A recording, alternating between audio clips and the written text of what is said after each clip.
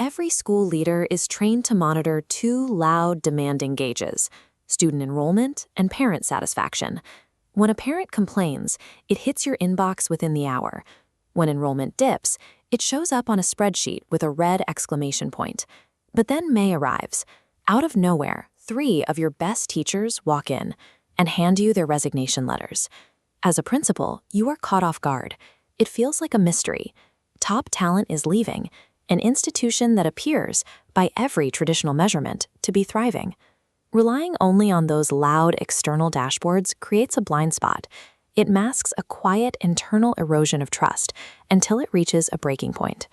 This simple bathtub shows how teacher attrition actually happens. The water drains at a rate so slow, the change is practically invisible. Because the daily drop is so small, leadership only notices the crisis when the tub is suddenly half empty, scrambling for an explanation. These mystery resignations rarely stem from compensation. They are the result of a slow realization that nobody upstream is treating the teacher's time as sacred ground.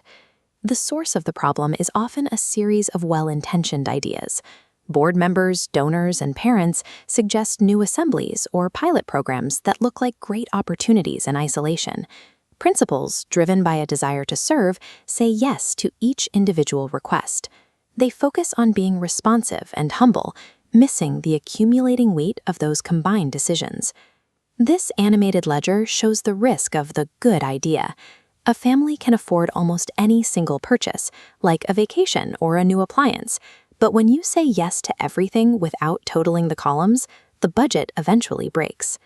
Leaders often ask if an idea is good, while forgetting to ask if the institution can afford the cumulative cost of every good idea landing at once. The weight of these unmanaged decisions flows downstream to the classroom. It lands there because the instructional core is the only part of the school operation flexible enough to bend. This cost is paid in the late hours of the night. It's a teacher rewriting a lesson plan at 9 p.m. because a last-minute schedule change just disrupted their Wednesday for the 3rd time this month. Teachers resign when constant overlapping disruptions prove their classroom is treated as negotiable ground. They see that the stability they need to teach effectively isn't being protected upstream. Failing to manage these good ideas forces the people with the least institutional power to absorb all of the system's friction. Fixing the leak requires shifting where the friction sits. Leadership must take on the burden of filtering requests before they ever reach a teacher's lesson plan. The first fix is to surface the real trade-offs.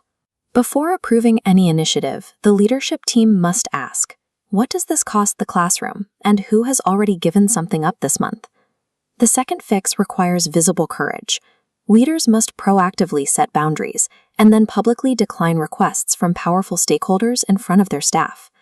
When a teacher watches their principal hold the line against a socially costly request, it sends a clear signal that their work is the institution's top priority. This blueprint shows the benefit of locking the instructional calendar early. In construction, once the concrete is poured, the design is fixed. Treating the school year with this finality prevents the chaos that burns teachers out. You can then implement a shared filter for the board. Every new proposal must name what it removes and clear a date on that locked calendar before moving forward. This turns a difficult no into a predictable system output that everyone already agreed to. It protects the principal's relationship with the board by depersonalizing the rejection.